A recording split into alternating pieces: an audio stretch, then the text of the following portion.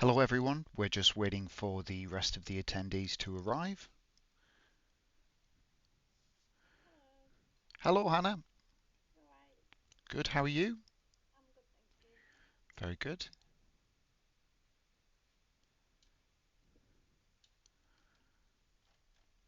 Oh, we've got quite a crowd today, that's good.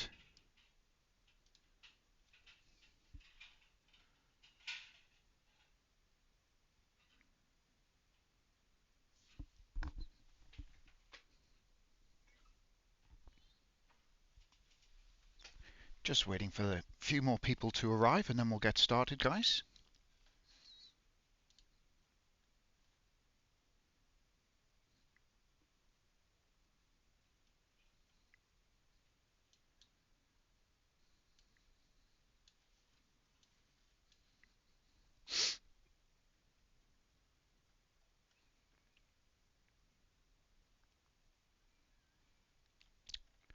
Brilliant. Well, that's us at 1 p.m. GMT. Thanks everyone for joining me today. My name is Michael Middlemast. I'm from NBC Renewables. I am the founder here at NBC Renewables, and I will be hosting the webinar today. So we're going to be covering quite an interesting topic. We'll be covering renewable energy financials, looking at how we provide cost analysis on a project and how ultimately we build the model to come up with the best ROI for our clients. So with that in mind, I'd just like to introduce you to our company, NBC Renewables. We're based in England, the United Kingdom, but we offer comprehensive renewable energy services to a global audience. We specialize in the renewable energy design, training, and asset management areas. We support businesses in optimizing their renewable energy projects, and we work with installers and engineers and all of that sort of stuff. Our company also provides consultancy services and operations and maintenance for renewable energy systems. So I perform inspections and I've been in the industry 16, 17 years now. So yeah, we pride ourselves on our commitment to innovation and customer support, and we want to ensure efficient and effective solutions that are tailored to each client's needs. So if you're interested, please do check out our website and I will be informing you of some of our other services along the way. We've got a great crowd here today for our webinar. And let me see, there's 1, 2, 3, 4, 5, 6. We've got 7 in so far. We did have about 15 to 20 sign-ups, so I normally find a 50% drop-off is usual. But no, that's absolutely fine. It's good to see everyone. And please do note we are recording this webinar locally as well. So we'll be uploading to YouTube as well. And all attendees will also get a copy of the slides directly that they can use. So really excited to have you here today, and I look forward to taking you through this journey into the world of renewable energy. Let's go. Oh, one more housekeeping thing. I do have all the mics muted. You please do keep them muted until the question and answer session. But if you do have questions, there is also a chat function that you can use within Zoom. You can send the message to the group, or you can send it to me directly. Either is absolutely fine, and I'll be keeping an eye on those throughout the presentation. So don't feel that you have no means of communication with me. We just ask that you would use the chat just so I can reiterate the questions to the group. So first things first, we're going to understand financial terminology and concepts. So our first concept is obviously capital expenditure. So capital expenditure, or as we're going to refer to it from now on, CapEx, refers to the funds used by an organization to acquire or upgrade physical assets such as property, industrial buildings, or equipment. These expenditures typically involve substantial financial outlays for investments intended to improve upon the long-term capacity or efficiency of a business. Unless you put your capital in a bad position, then it's doing the opposite, I suppose. They're usually quite significant, the capital expenditures, compared to our operational expenditures, which we'll come to a little later.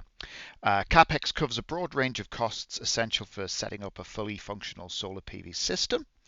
And in the next slides, we're going to break down all of the key components that make up the bill of materials of a solar PV array, and we can understand how to best apply the capital expenditure we have at hand to develop, and we're mainly going to focus on solar PV and commercial solar PV installations.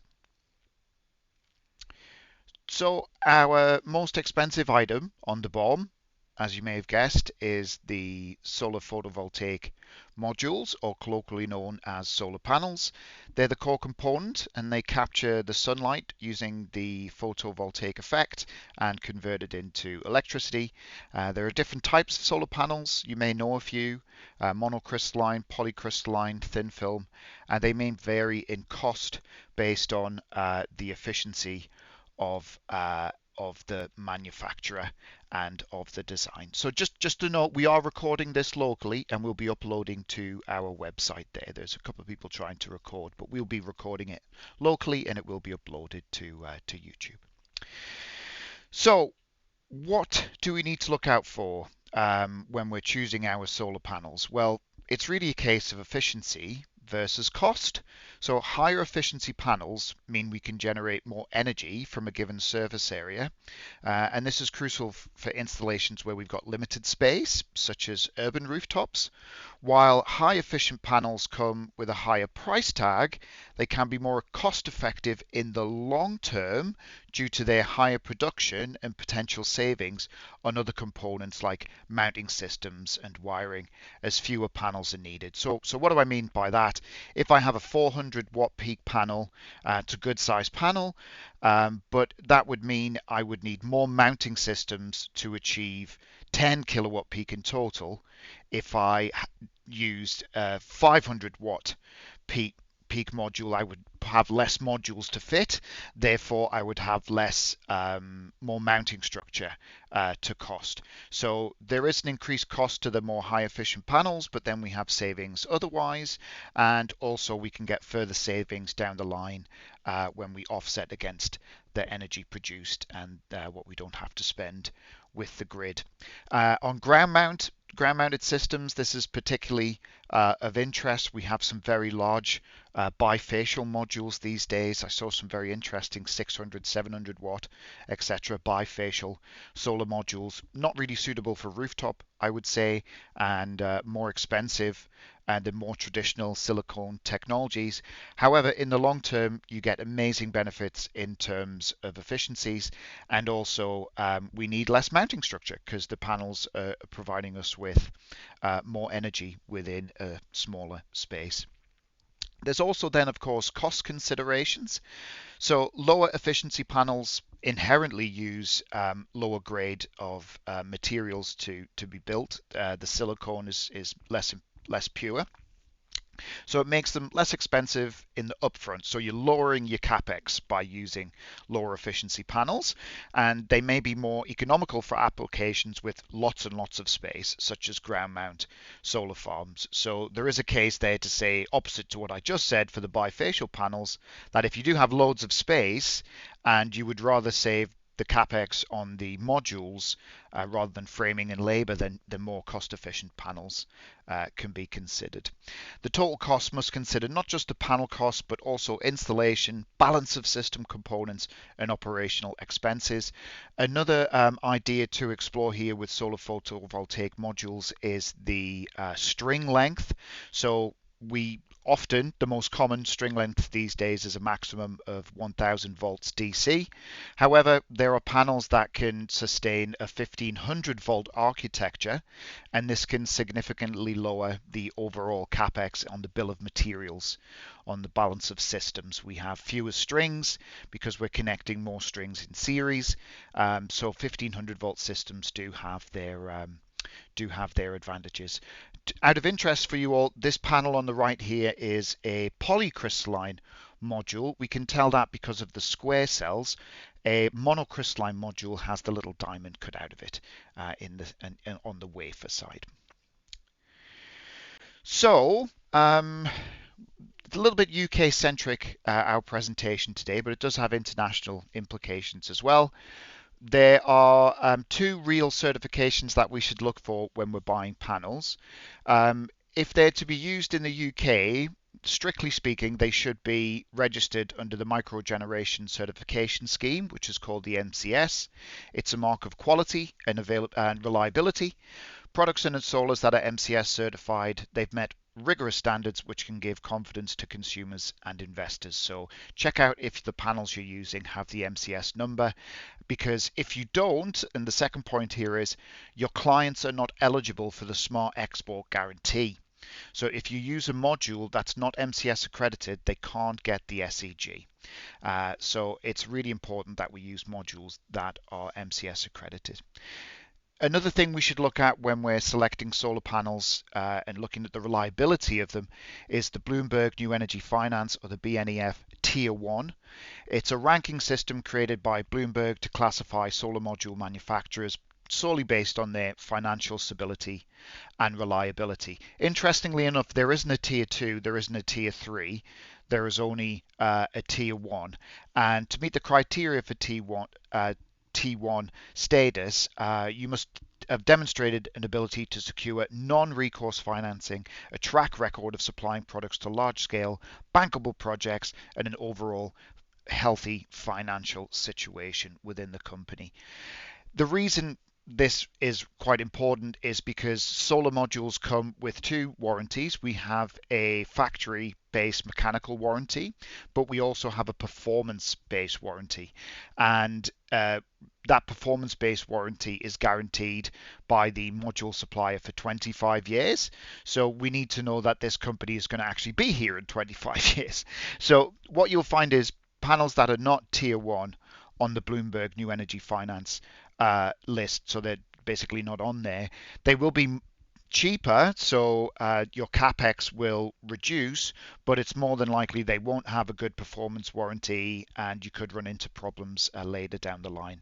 So choosing Tier 1 manufacturers ensures that your solar panels come from reputable companies with robust financial footing, reducing the risk of warranty issues and likely ensuring higher quality and reliability overall on the asset. Included in the presentation slides, which you'll all get a copy of here today, is a link to some interesting documents, and this is the methodology for the Bloomberg NEF Tier 1 solar module ranking. So there it is. Moving on to the second component in our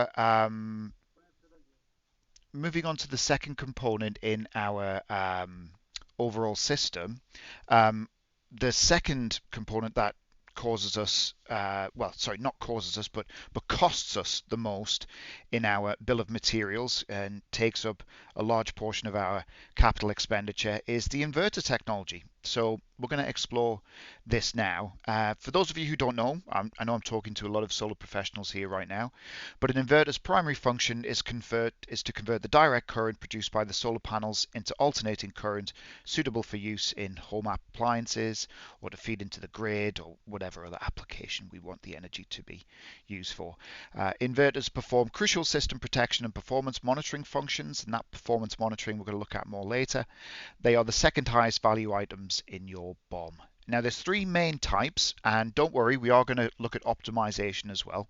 But the three main types are string inverters, and string inverters are the most common, and they're suitable for systems without any shading issues, really, although there are lots of string inverters that are incorporating more shade mitigation functionality.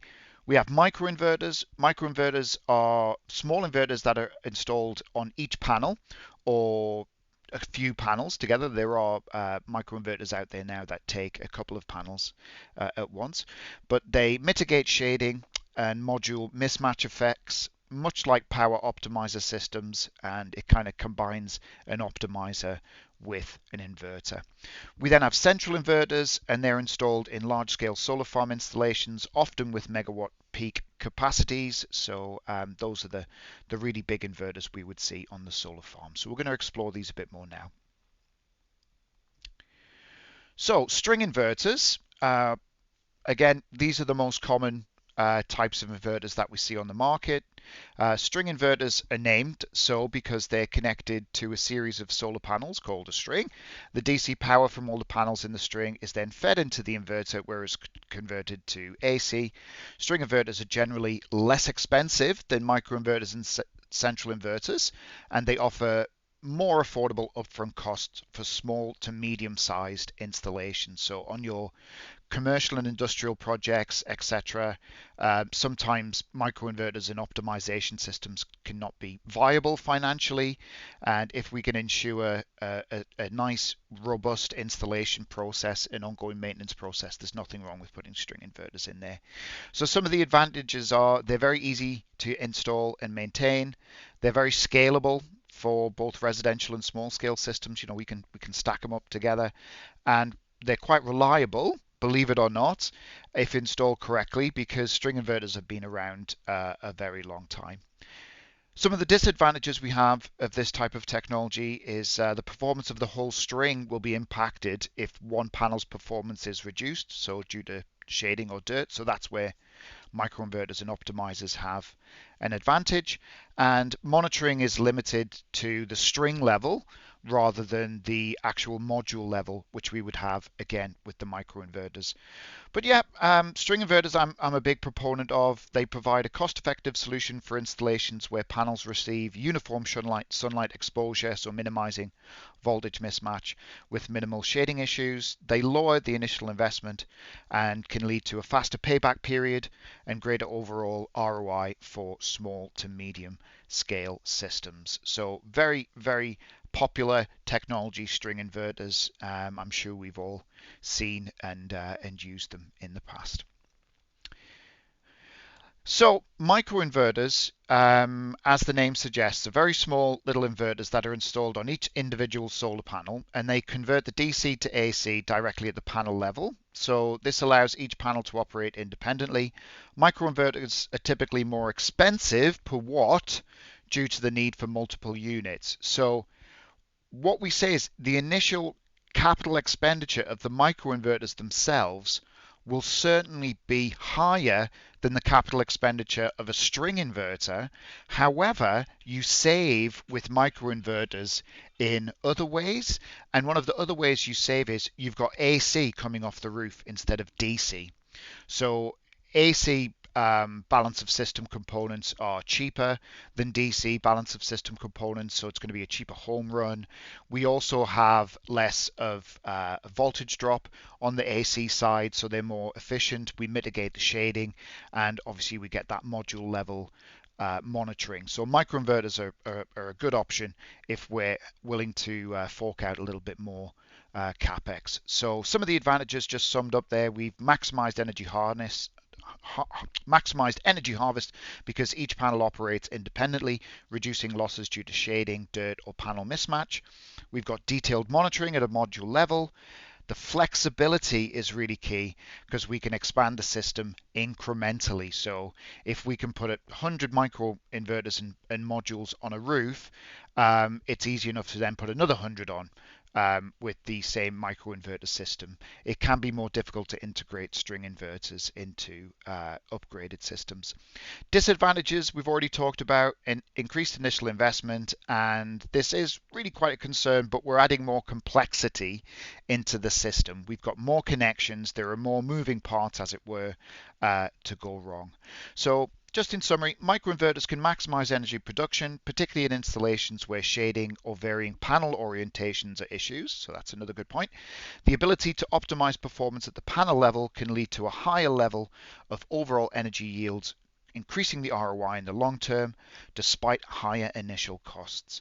Additionally, detailed monitoring can help in early detection of panel or inverter issues, so it's quite good for monitoring and optimizing system performance.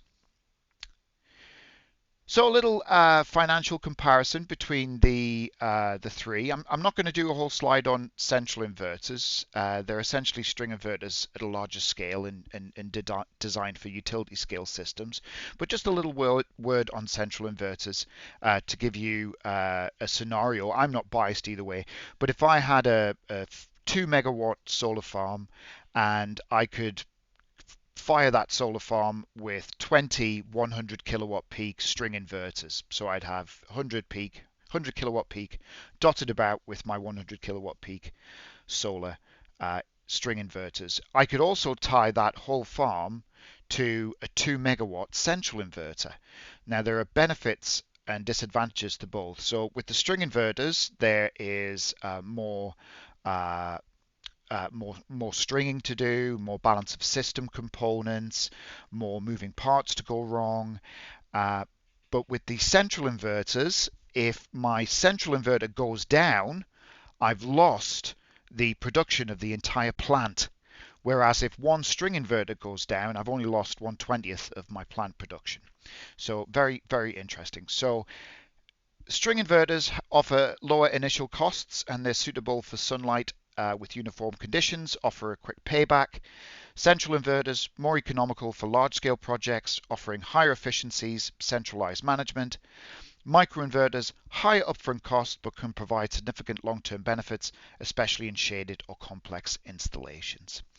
So on the payback period, I would say string inverters offer the fastest payback on your capital investment. Central inverters offer a more substantial long-term ROI because they're actually a lot more efficient. And microinverters, there'll be a longer payback, but in the long-term life of the asset, you'll get a higher ROI. So the elephant in the room is what we call optimizers. Okay, so optimizers are not inverters. So optimizers are put in series with each module, and then the optimizers themselves are put together in series. And what they act is a localized max power point tracking device. So an optimizer is called an optimizer because it fixes voltage mismatch across modules, and it also helps us with shading. So what are the advantages of these optimized systems? So we've got increased energy output. They maximize individual panel efficiency. They say we can increase energy production potentially between 5 to 25%. We get that reduced impact of partial shading in individual monitoring, just like we did with microinverters. We're enhancing the system's lifespan because there is less stress on inverters down at the inverter end. They come with long warranties, so each power optimizer, particularly with SolarEdge, come with 25-year warranty. They've got more enhanced safety features, so to keep the system running for longer, such as rapid shutdown for fire safety, voltage limitation, etc. In some ways, it can reduce maintenance costs because you've got an open platform there which is monitoring each individual module, and this helps us with preventive maintenance. So what it means is overall we get an improved payback period. So the big downside here is, as opposed to a string inverter, the capital investment on an optimized system is there's probably an uplift of 10 in between 10 to 20% in capital expenditure. However, you get a better ROI, return on investment, in the long term because the system's going to be unaffected by shading. It's going to be producing more in lower sunlight. We've avoided module mismatch. So over the long term period of the asset, we're going to be achieving a better return. So some of the disadvantages of optimized systems is the higher upfront cost, as we've just discussed. Adding optimizers to the system means we're, as I discussed, add 10 to 20% additional CapEx to the system. The installation complexity is higher, so we're having to make more connections, so we perhaps need more advanced engineers and skilled technicians that know how to fit optimizers. We're adding more connections into the system, so there is a potential for more technical issues. Component failure, it is rare, but they would, it's another chance for something to fail. And obviously, if we're using a purely SolarEdge system, we would tie the SolarEdge optimizers to a SolarEdge inverter. However, we need to understand, if we're using other optimizer brands, how they're going to interact with the inverter system that we're installing. So although we get module level monitoring, they can be more complex to maintain because obviously, again, we've got another moving part that we need to check on, and you need specialized training in that to be able to work with optimized systems. Again, system compatibility. They might not be compatible with older solar panels or older inverters, so it can be difficult upgrading systems. So those were um, the main draws on your capital. Okay, we've got the solar panels and we've got the solar inverters. So our choices in these areas shouldn't be set in stone. We should be picking the correct solar modules for the correct job, applying the capital expenditure in the right way, and same goes for the inverters. We need to be working with the clients, understanding what type of brands they've heard of or what existing systems they have and what features they're looking for in their solar system. A little bit further down the line in our capital expenditure end here is the BOS, and that stands for the balance of system. So the balance of system cost. So this is anything else apart from the main two drivers in the CapEx. So that's our mounting systems. They're used to secure the solar panels to rooftops, to a ground, to a carport. They must withstand the local environment conditions and can vary based on cost, vary based on complexity in the materials used.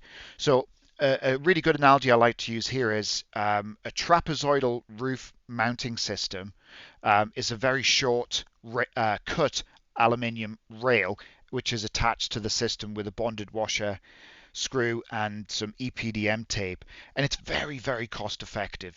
The mounting systems on trapezoidal roofs are very, very cost effective.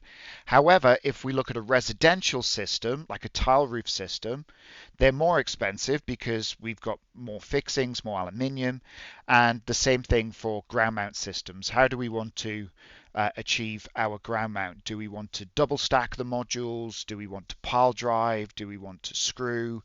Do we want to even concrete ballast the ground mount system? So be very careful. The mounting system can be a tricky thing to get right. Electrical components, so this would be everything else that connects it all together. So wiring, switches, fuse boxes, combiner boxes. These components are crucial, obviously, for transmission of the electricity. And there is some school of thoughts here that we should use the protective equipment that we use on solar PV systems should be exactly rated as the output of our system, as our inverter. And there's another school of thought that the electrical component should be sized with a margin of error, perhaps 1.25 to 2.5% more than the rated output of the inverter system. So just be careful because obviously those two policies have massive impacts on the capital expenditure. So if you're doing a one-for-one of this is the output of my inverter, so this is what I'm going to use for my switchgear, that's going to be a lot more cost effective than, right, I'm going to take the nameplate output of my inverter and my switchgear and component ratings are going to be 1.25 greater than that. So those are different relays and different costs involved, and we just need to make a policy and understand with the customer. I would argue overrating your equipment would make it slightly safer if there's any residual current fault or anything like that. We also then need to think about monitoring systems and how we're going to implement those longer term and shorter term. So what is the initial CapEx for getting them installed? So for instance, with SolarEdge, the monitoring platform is free, but there are other platforms out there which we do have to pay for and that we need additional hardware for. So it's something we should definitely look out for and consider in our costing. So we've got all this equipment. Someone actually needs to go up there and fit it all. So we do need to include some labor costs in our capital expenditure. So we're looking at first and foremost the design and engineering costs. So these are costs related to design, site assessment, structural and electrical engineering, regulatory compliance. This would include initial simulations, ensuring compatibility and safety, optimizing panel placement, string layouts, and more. So I've got a little larger section on design and engineering coming up shortly, which we'll delve into. But then the actual on-site installation labor cost. We need to pay our skilled professionals to do these jobs properly and fit, safe and effective systems. So this would include mounting the panels, setting up inverters, wiring everything and connecting to the grid. Obviously, labor rates can vary significantly based on location and the complexity of the installation. So where you are in the world, where you are in the country, labor rates vary uh, vary a lot.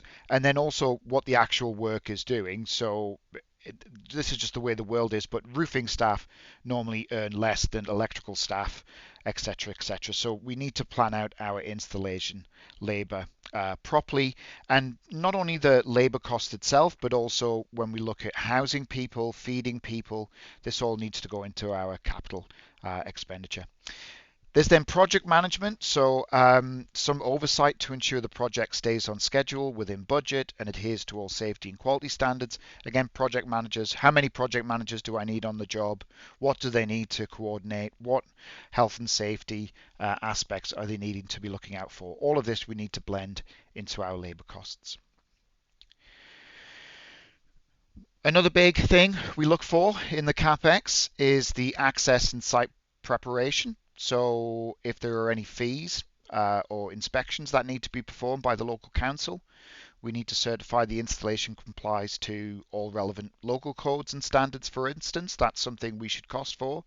There's also the site preparation. So for instance, maybe it's a flat roof that's going to need cleaned and refurbished prior to laying the system, or it could be with a ground-mounted system, we need to lay foundations or reinforcing commercial rooftops, etc. So what the costs of the site preparation. We also then need to consider scaffolding and safety equipment. So temporary structures and equipment are required for installing rooftop systems, particularly in difficult reached areas. And this also includes things like harnesses, safety lines, other personal protective equipment. One interesting thing on this subject is you can, if you have a long-term view of maintenance of the solar PV systems themselves, you can encourage your client to also have installed like a man-safe system or some sort of permanent access to the roof. So then in the future, it's easily accessible for maintenance and cleaning, etc. We also then need to consider transportation of materials to the site and logistics, and also storing the materials when we get there. This might involve trucks, cranes, heavy machinery, and everything else we need to move components. So it's particularly on like larger scale systems when we have to maybe get a crane to lift panels to a particular area of the roof so guys can fit them. So the big elephant in the room, which is so hard for us to qualify, especially in the early stages of the installation, is how much is it going to cost to connect your generator to the grid? So in the UK at the moment, we're struggling with grid capacity all over the country. And we're also struggling with grid connection engineers that are able to review your applications. So here are some of the key factors that will influence grid connection costs. There's the distance from the grid. Longer distances require more cabling. The grid capacity, so can the local grid take the load? Which voltage level are you connecting at? What type of connection? Residential, commercial, G98, G99. But typically, and this is just so up in the air because this varies wildly from location to location and job to job, but a site inspection and survey I would expect to put in £500 to £1,500. The grid application fee anywhere from £250 to £1,000. Engineering charges, so to do some engineering works, create schematics for you, etc., £1,000 to £5,000. Connection equipment, so we're talking G99 relays, G100 export limitation devices, anywhere between £2,000 to £10,000. So estimated anywhere between £3,000 to £20,000 for grid connections. And this doesn't include any grid network upgrades that the grid might impose upon you. They might ask for £75,000 for a new transformer or something, or ask you to move from an 8 kV connection to an 11 kV connection. If you'd like to learn more about this subject of grid connections, I've got a whole day course on this. It's MBC 105, our introduction to G98, G99, G100. The price of the course is £450, I believe, but we do a full day of work on G99 applications. We teach you how to do them, everything from the simplest G98 to the more complex G99 standard application form. And there's a link there which you can check out. And if you're watching this on YouTube, the links will be down below in the comments. And the next one is tomorrow, actually. So if anyone wants to sign up, give us a shout. So I said we'd explore a little bit more about surveying, engineering, and design costs, because this is really an area I'm involved in quite heavily. And while these costs greatly depend on the scale and location of the system, we can make some assumptions. So when we do perform the survey, we should look at the terrain. We should analyze things that are going to shade the modules and stop the photovoltaic effect. We could look at accessibility, so where can we most cost effectively and safely put scaffold. And typically surveying costs can be anywhere between £2,000 to £5,000. And there are considerations for ground mount systems such as soil testing, topological surveys, wind analysis. All of this sort of stuff needs to be done. So once we've got the survey done, we then need engineering done. So structural engineering, so we need to assess if the building or the infrastructure has the load capacity for our design. And then we need the electrical engineering system design. So how are we going to connect to the connection points? What's the cable run going to be? What grade of equipment do we need, etc. Typically, engineering costs can be anywhere between 5 to 15% of the total project costs. Really, it is true. It can be a lot, especially for new starters in the industry who don't have who kind of go around in circles on some issues. There are also considerations for compliance with UK standards and optimization for renewable energy initiatives. So there are engineers that specialize in this sort of thing. Yep, so surveying, engineering, and design costs do also include that word, design. So we do the survey, we do the engineering works, but there needs to be someone sitting down at PVSol, PVSys, PVCase, in CAD, whatever it may be, actually designing the panel layout, the inverter placement, the optimal tilt, the orientation, running the simulation. And we use CAD and PV simulation tools for this.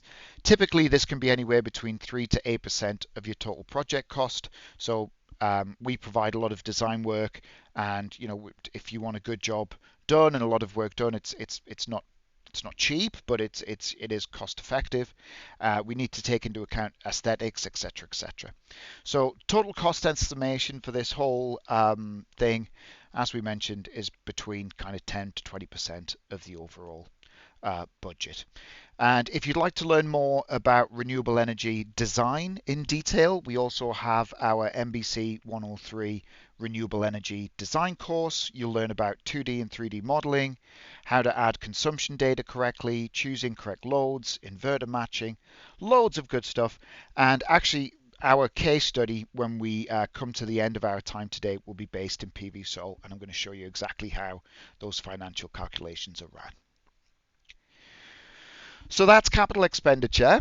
I think we've covered just about everything.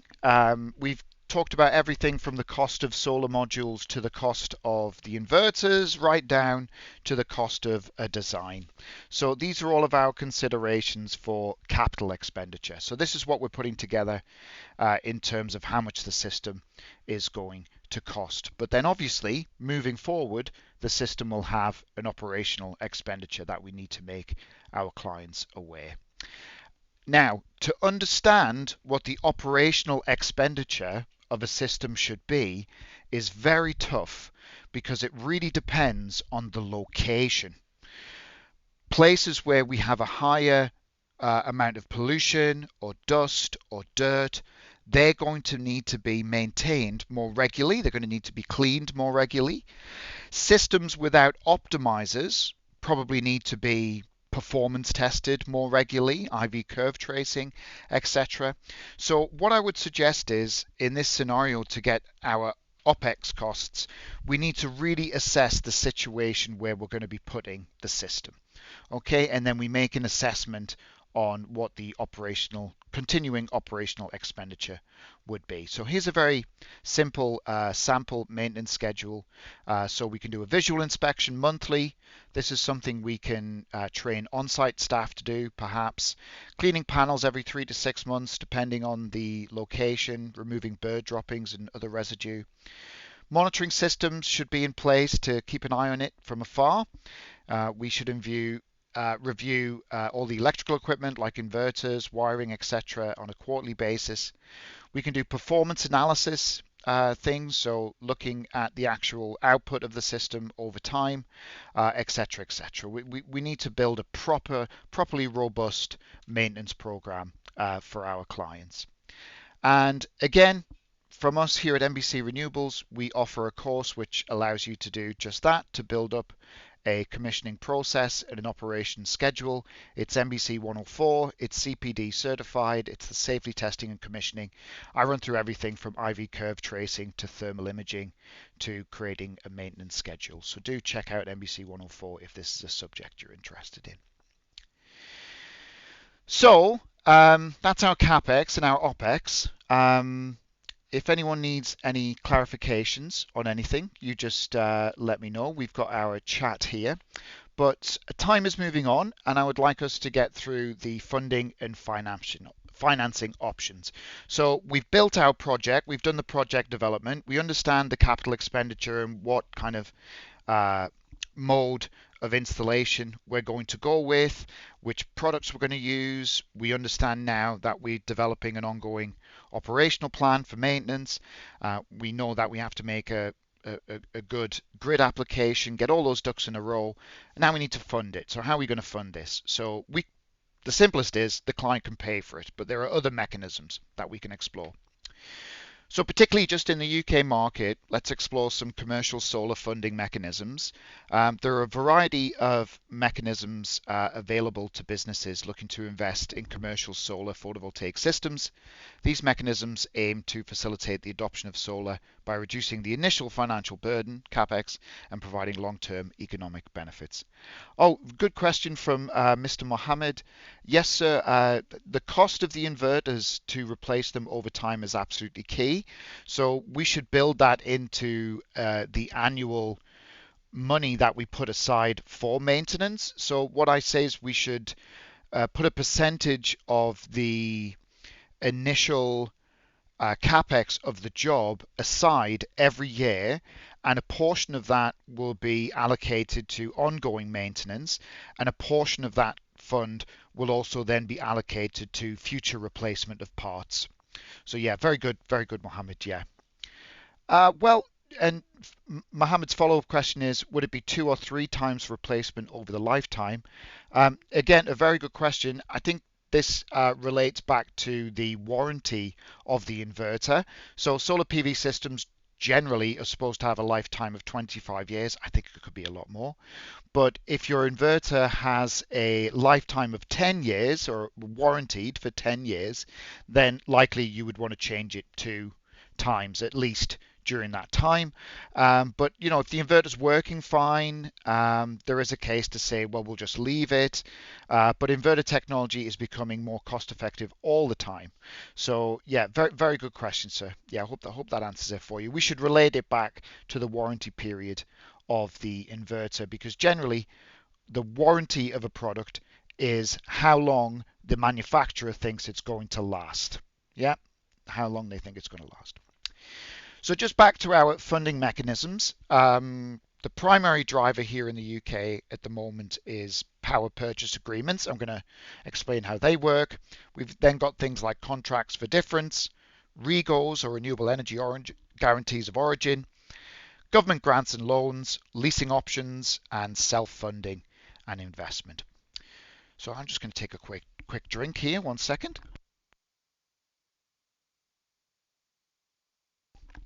Thanks, guys. Got my breath back.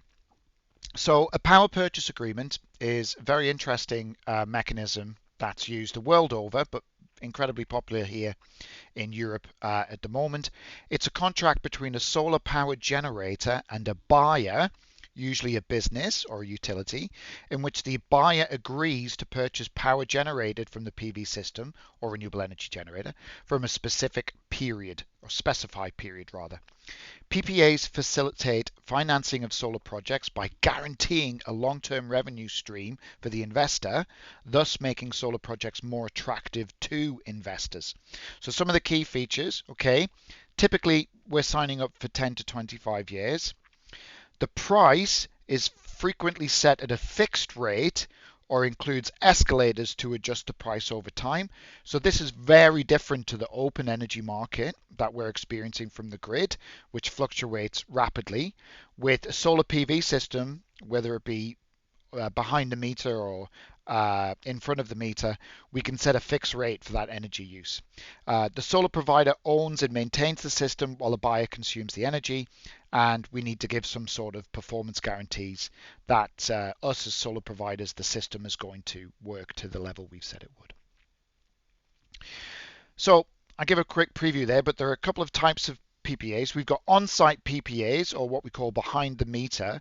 So this is when the solar is installed on the landlord's roof. So the person that owns the premises, we are essentially leasing their roof space and putting the solar on it, and then their tenant is buying the solar from us. Okay, so that's like localized behind the meter PPA. Off-site PPA is when perhaps we've got a big shopping center, whatever, and then in a field a few miles away we have a big solar PV system, and that PV system drives energy directly, drives it directly to that retail park, whatever, within a specific kind of power purchase agreement. There's also virtual or synthetic PPAs. So this is where the energy just goes back to the grid, and it's more kind of a virtual thing where we tell the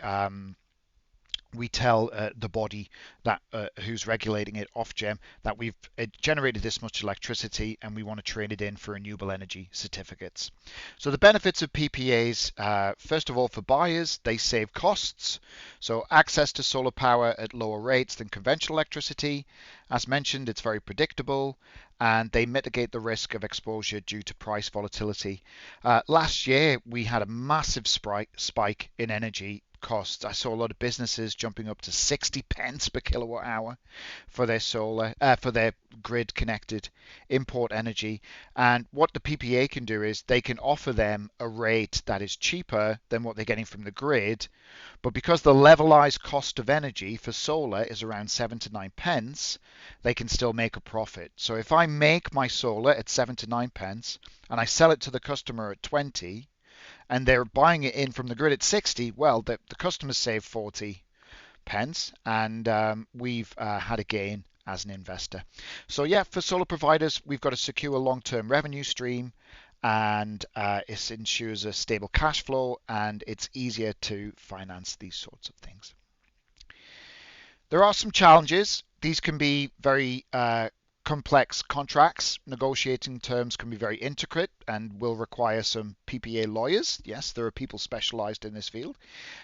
There's also a credit risk. So as mentioned, if a landlord has a property, or if it's a business that owns its property, if they are subject to financial hardships, they're not going to be drawing electricity, so there is a loss of revenue there. If there is a change of tenancy of the building from less energy intensive rental to something else, it can be a risk. So we also then have regulatory changes. So if the government's for some reason puts something in place that stops this sort of thing, regulatory, then that could be a problem for us. But the steps to provide a PPA are really quite similar to installing a normal system. We want to do a feasibility study, make sure the system is viable for the physical installation, and then we would request for a proposal from a qualified solar provider. So if that's you, then you would provide that, you would put your own costings together. We then negotiate the PPA terms with the client, and we install and commission it. And the only thing about these PPAs, and this is what a lot of people forget, You don't earn any money if the system doesn't work. So on PPA projects, maintenance and monitoring schedules are a high priority. So the OpEx, the operational expenditure of this type of PPA job goes up because we need to guarantee the customer is buying the electricity from us. We can't have downtime because that's knocking back the investment. Those are PPAs, lots of PPA providers out there in the UK, but also we can look at some other mechanisms to earn cash. We've got contracts for difference. The UK for government contracts for difference scheme supports renewable energy projects, including PV, though the CFD businesses can secure a stable revenue stream for the electricity generated by their solar PV systems. The scheme periodically holds auctions where projects bid for the CFD, ensuring competitive pricing. Recently, CFDs have been awarded to numerous solar projects, significantly boosting the capacity of commercial solar installations. So it's kind of like an auction bid for the carbon, essentially. Slightly different, but kind of the same, is the Renewable Energy Guarantees of Origin. So the REGO scheme certifies that the electricity generated from renewable sources, including solar PV, is sold as renewable. So what that means is you've got a solar PV system, you then register it with the REGO scheme with Ofgem, and then they will confirm that you have generated renewable energy, and then you can sell your regos.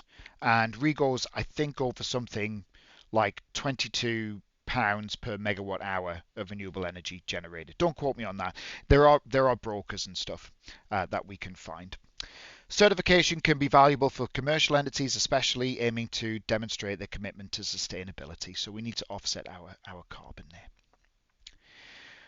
We can also go for more traditional methods of lending, such as leasing. So businesses can opt for leasing agreements where they lease the solar PV system from a provider, maybe with a view to purchase it. This option allows companies to install solar panels with little to no upfront costs and make regular lease payments while benefiting from the generated electricity. We can also do loan finance here, of course. And then there's self-funding and investment. So if you've got enough capital in the bank and you want to spend it on PV, there are hundreds of people that will take that money off your hands, but just do be aware that obviously then we have to maintain that system ourselves. So here in the UK, we don't have too many government grants available to us, not like we used to with the feed-in tariff, but there are some support mechanisms out there for renewable energy and solar, and the UK government has announced a substantial round of funding aim at supporting low carbon technologies, so innovation in product development. But we need to keep an eye out also for local government schemes, particularly relating to agriculture, perhaps, etc., etc. So, thank you for joining me. We're going to get into a little practical demonstration now before we break for the day. So let me bring up my software here. So everything we've talked about today, what we do is we have to build a financial model to represent that. And if we're going to take this to particularly a PPA provider, we need to provide things like the P90, P50 exceedance probability values, stuff like that. So what we do is essentially we build a solar PV model of the system and we simulate what the system will do. We can do this in PVSol, which is the program you're seeing here. We can also do it in a program called PVSist, which is here. We use both within our business. Some customers prefer PVSist, and PVSist has an ability to integrate with the very good PVCase, which is an AutoCAD based program. But the example I'm going to run you through here, putting in these variables of capital expenditure, operating expenditure, we're going to run through in PVSol today. So first of all, let's just take a look at the system that we're looking at. This is a very typical on-roof system for new build. The client has requested the position of these modules. This wasn't a design choice by me, but you can see we've got a flat roof system, and we're going to build an accurate model based on the height of the building, and this is obviously for a new build, so we're not using satellite data. So we can accurately place the panels, and obviously if I wanted to, I could accurately place objects to simulate. We can simulate our shading, etc. So the software is a really amazing tool for us to be able to generate accurate simulations of what the PV will do. So let's delve into the financial aspects here. So in the software itself, if we go into financial analysis, we can enter the assessment period. So we're going to look over 25 years. In the income and expenditure here, we can add in the, this might be a bit small for you guys on your screen. I do apologize, but I'll talk it through. We've got the cost of the system, and we can represent this as a pound per kilowatt peak, or whatever your currency is, as a capital cost straight out, or we can add in a detailed entry of all of the capital expenditures that we talked about today. So you can actually build out mounting system, inverters, modules, balance of systems, etc. Oh, I shouldn't have closed that. Let me go back. We also then have incoming subsidies. So very interestingly, in the Republic of Ireland, they have a scheme at the moment where you can get paid a certain amount for every kilowatt peak to offset the costs.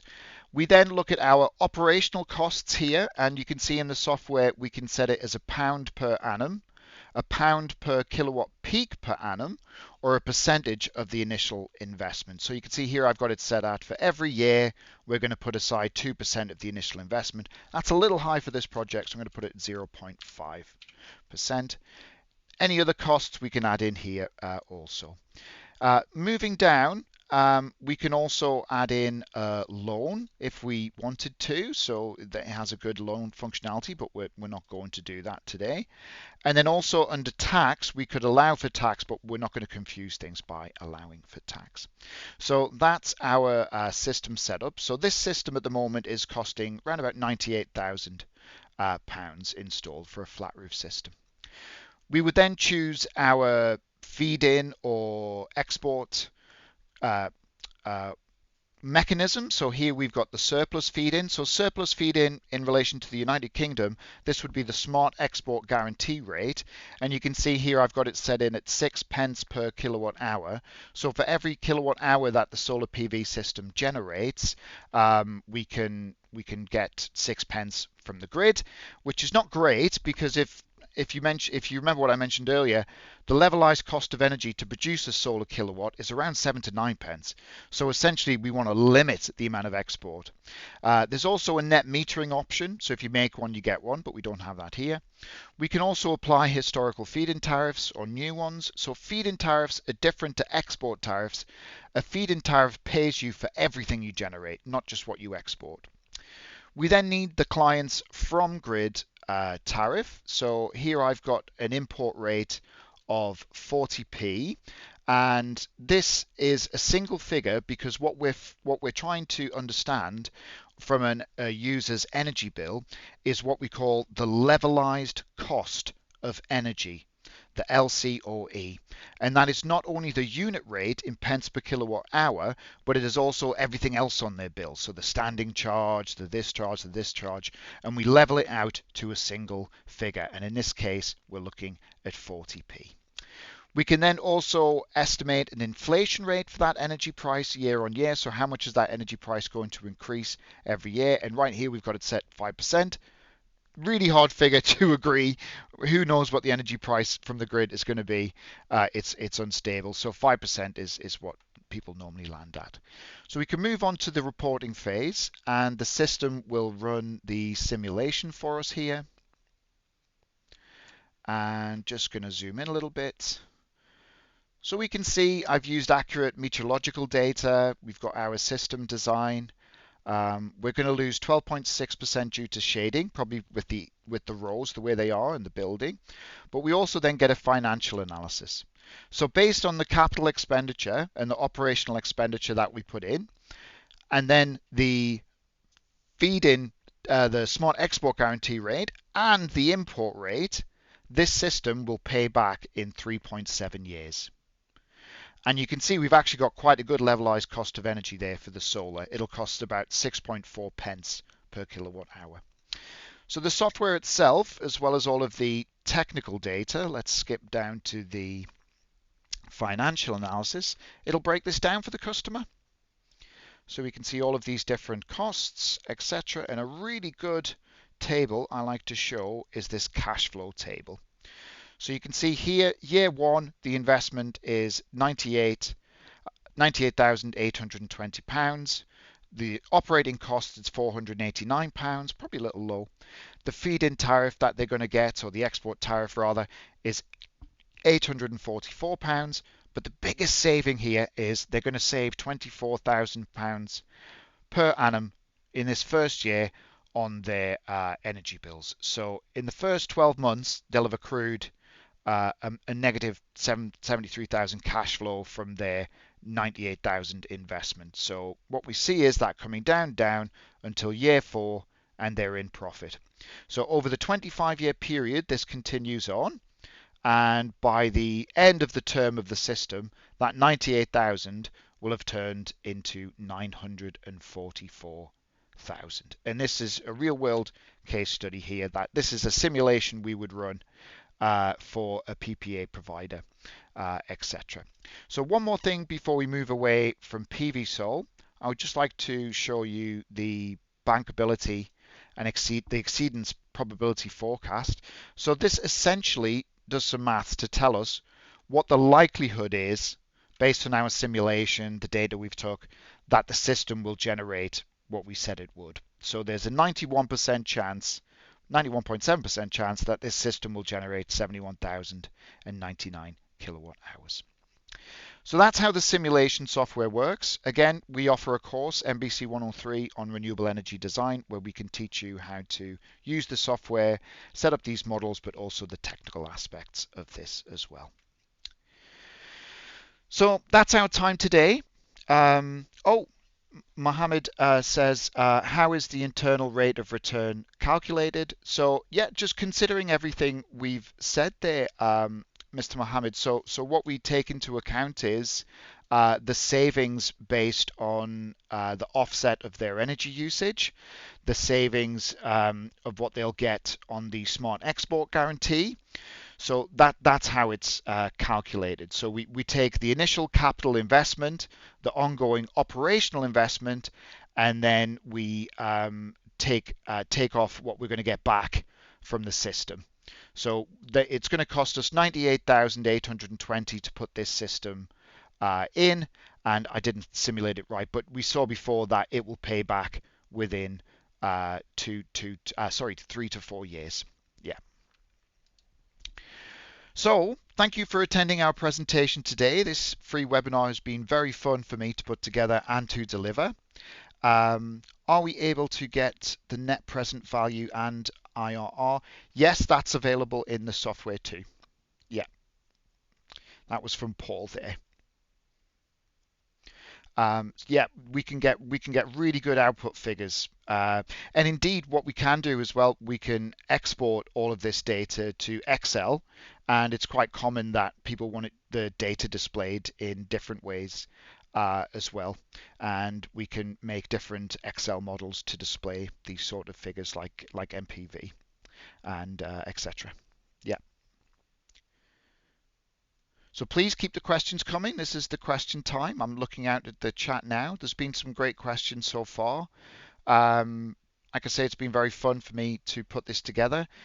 Please do visit our website, nbcrenewables.com.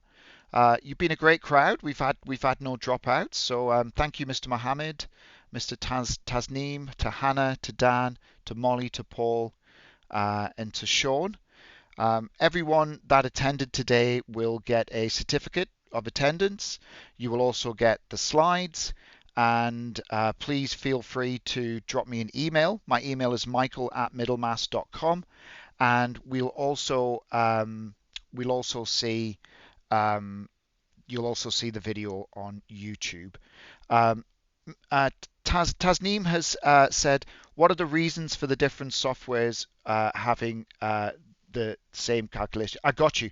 So yeah, that's a very good point. The different software packages in terms of PV Sol and PV Syst and other packages um, is a great question. So PV Sol and PV Syst use very similar algorithms in the background, but they're slightly different. They're slightly different. So it's twofold the reasons for the difference. The mathematical background of PV Sol is slightly different in the way it calculates direct irradiance, diffuse irradiance, and albedo irradiance. PV-Sol also accounts for losses in the bypass diodes, uh, module mismatch, etc.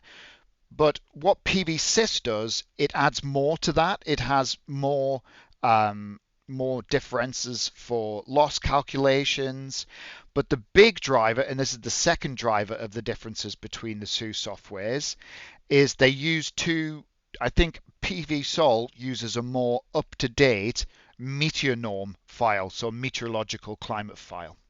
So that's why it's different. And the reason why pieces of software that you get for free, like OpenSolar, Solar Edge, why they're different again is because they're not as advanced as these pieces of software. They're not using some of the mathematical modeling that these pieces of software are. But primarily, it's because different locations in the different softwares have slightly different averages in terms of global irradiance, um, air mass, and temperature. I hope that answers your question. Paul asks, how much do the optimizers raise the P90 value? It's a great question. Um, I would say, Paul, on a dead south system um, with no shading issues, it doesn't raise it very much at all. I find there's always like a negligible upgrade to the efficiency of the system. Um, but when we incorporate kind of shading issues, then it does make a difference to the output quite significantly. It would have made a much bigger difference back in the day when solar modules had a -5, +5 difference in their outputs. Now we only have positive. So if a 400 watt module these days we have +5%, there's not a -5%. It couldn't be less than 400. So module mismatch these days is less of an issue. No problem, no problem, Tasneem. Thank you for your comments and for your question and for attending today. Paul, I hope that answers your question. If you need any clarification on email, just give me a shout. No problem. All right, smashing. Smashing. So I think that's the end of the questions. It's been a wonderful session. Thank you for being so interactive. And as I said, I'll send everyone a copy of the slides. If you'd like to engage with us for any training, design, or consultancy works, obviously more than happy to hear from you. We've got loads of capacity to work with you. And thank you, Mr. Mohammed. You get a copy of the slides there. Thank you, Hannah. Thank you, Dan. Thank you, Molly. Thank you, Paul. Thank you, Sean. And as I said, you'll get a certificate. We'll send you the YouTube video. We'll send you the slides and share it. Share it with as many people as you can. This is free content. We want to educate people. And you never know, I might pick up a bit of business off the back of it as well, which is always welcomed, eh? So thank you very much, guys, and I hope you have a wonderful rest of your day. Great stuff. Oh, that's good to hear, Dan. Thank you. Cheers.